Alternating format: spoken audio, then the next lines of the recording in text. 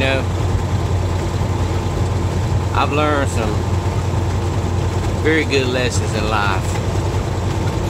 At my age, I'm only 44. Next month I'll be 45. I've learned that there's a lot of people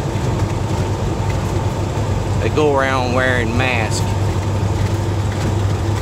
I wear one a lot of times. But there's a lot of times that people, they get to see what's inside of me, the pain. And there's a lot of pain inside of me. There's a lot of joy too. But most of the time I'm masked that I hide behind. It's like a clown. Everybody's like a clown. They got different facial expressions painted on. Most of the time mine's a big old smile. I try to make people happy without trying to make myself happy. I'm always worried about pleasing others, because if they're happy in some way, that makes me happy. I make goofy videos, some that is downright stupid, you know what I'm saying? I tickle myself, you know. I'm laughing at it because I'm thinking about some of the videos I've done, and I'm tickling myself, and that's crazy. But I try to make people laugh, because that's a good way I can hide my own pain. But behind my mask is someone that lost a loved one. And I'm not talking about grandparents or uncles or cousins and friends. I lost everything that I've mentioned. I lost grandparents. All of my grandparents are gone. I've lost cousins, not very much older than me. I've lost friends. But one thing that's hurt me the worst, I lost my wife. And it was bad. I was there. My children were there. Some of my friends were there. It was devastating for so many people on so many different levels, not just for me. I'm hurting because I lost a soulmate, the mother of my kids. My kids are hurting because they lost their mother. My friends are hurting because they lost a friend, and their friend lost their wife. Her family's hurting. Her brothers and sisters are hurting. Her mother is hurting, not only because she lost her only daughter, but she lost a child. She lost a mother to her own children. She lost. She's hurting because of me. Her son-in-law, which she calls me her son. She's hurting on so many different levels. She's hurting as a grandmother for her grandchildren. You know, so many different levels of hurt. That's the clown mask I hide behind. That's what I'm holding inside. And I've come a long way. End of this month, it'll be 5 years. I'm not saying I'm not going to break down at the end of this month. There's no guarantees on how grief attacks people. That's why I try to tell people people grieve differently. But until you walk a mile in my shoes, you don't understand. But I try to understand others. I do. But everybody is going through trials and tribulations in their life, everybody's walking around with a mask. I'm learning that now. Dealing with different people, talking to different people. Maybe somebody's got a mask they hiding behind, that that they got a drug addiction. The drug demon has got a hold to them. Just like the depression demon, I feel like, going back to me, I feel like nobody wants me because I am so tarnished and teared inside about losing my wife. And in a lot of ways that would scare people off, and I don't blame them for being scared off from me. But I'm a good man. I love hard. The next person I do fall in love with, I'm gonna lay my world at their feet. I'm gonna worship them. I swear to God I'm gonna love them. And I'm gonna show them what a good man is. I'm a good man. I'm a good daddy. Even though I've tried to hide my pain with drinking, womanizing, I don't want to do that no more. I'm tired of that. I'm tired of that. That's the demon of depression getting on my back, and I want that son of a bitch gone. You hear me? I don't want that demon no more on me. I hate that Gabe. I hate him. That ain't me. I want the light of God to shine down on me.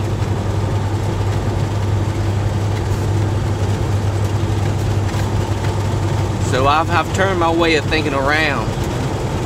I'm no longer gonna be that Gabe. I want to be the light in somebody's eye. But going back to other people, you know, they may be hiding behind a mask. Maybe they fighting drugs, like I said. You know, I've never done drugs. I've never smoked pot. I hate a cigarette. I don't smoke cigarettes. I look at pot as like a cigarette. Call me weird. You know, but take drugs. Let's say somebody's addicted to drugs, but you know, you look at them from the outside, they look fine, but inside they're torn apart. They got a demon on them. Them people need help. They need encouragement. I know a guy, I'm not going to call no names. If he sees this video, he knows who I'm talking about. We've talked here recently within a week. He's gone through some rough shit. And I pray for him. I pray for him. You know who I'm talking about. You live right down the road. And I pray for you. I hope you pray for me. I got another good friend of mine. He hides behind some of the same sort of mask I do, but he's grieving for his father. He misses his dad.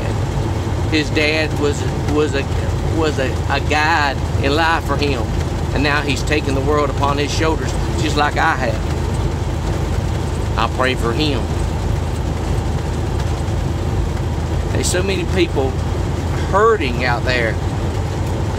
You know, they might be hiding behind a mask. Maybe they was done wrong in life by someone they trusted and loved, and now that demon has jumped on them, and they just torn down and hurt, and they don't know who to trust anymore.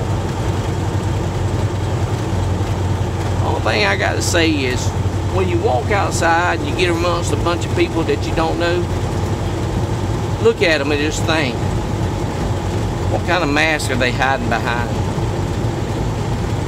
When you walk by somebody, you make eye contact, just don't look at them. Say hey to them. Say good morning. I done that this morning. I seen a black lady was in a convenience store. We walked by and I said, excuse me. She said, excuse me. But instead of just leaving it at that, I said, good morning. She said, well, good morning to you. The little Indian lady, the little Indian family that owns this store up here in Cuthbert, Georgia. You know, I walk in there, they're blaring. You think, and that's bad of me to stereotype people.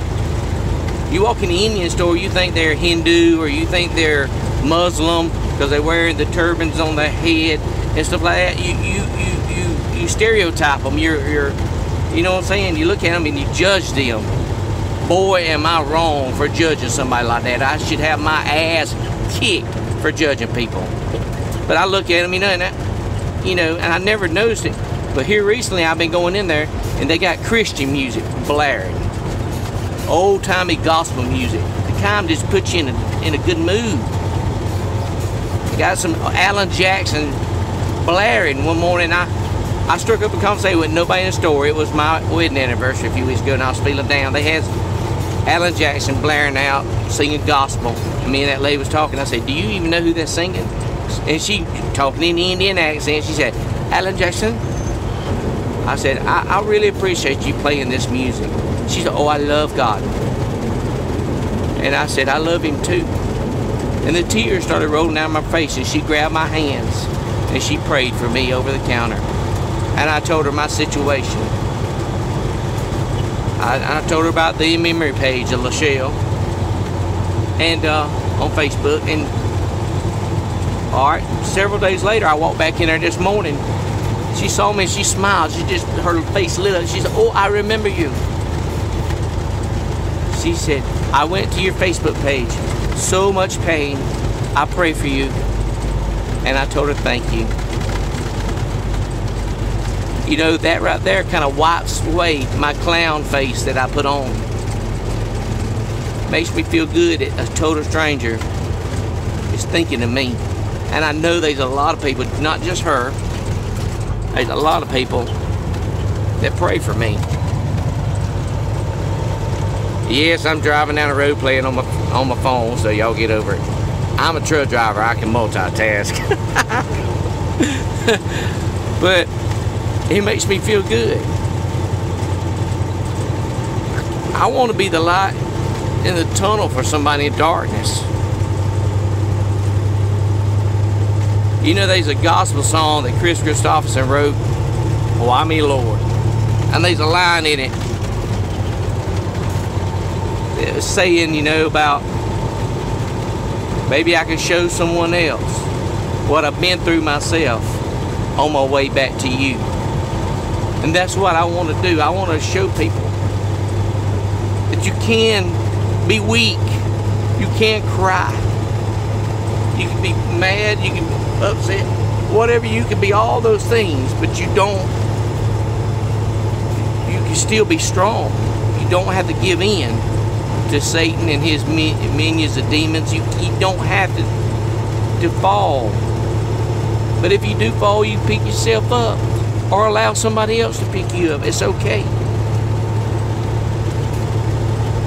I can do all things through Christ who strengthens me. Am I a perfect Christian? You know what? I'm going to say, hell no, I ain't. And I know a lot of people say, "Oh, he's cursing and he can't be a Christian and curse and all that." Listen, them are just words. Like I'm speaking right now, these are just words. Hell is just a word. It is.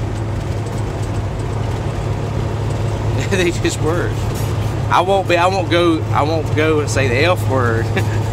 Like the granddaddy of all dirty words. I have said it and I still will say it. But it's just a word. Ain't no different than saying ducking. I'm going ducking hunting. You know, it's just a word. Oh. See there, here I am going being silly again. But today, when you see somebody, know that they're fighting something, they're going through something. 99.9% of people out there are fighting with a demon. Y'all go out there and be their light. Help them. I reached out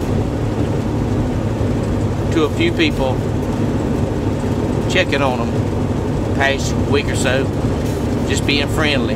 That's all I'm being, is just being friendly, being nice.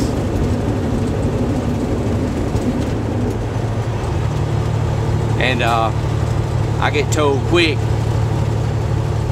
this, that, and the other. I don't even get a response, but that's fine. I'm praying for you. I hope you're praying for me. Godspeed, everybody out there. I love all y'all. That being said, I want you to love me. And if you see me on the street, I may not know you personally. Come speak to me. Say, "Hey Gabe, how you doing?" And I'll tell you. I'm either doing good that day or doing bad. Help me wipe off my clown mask. Love y'all.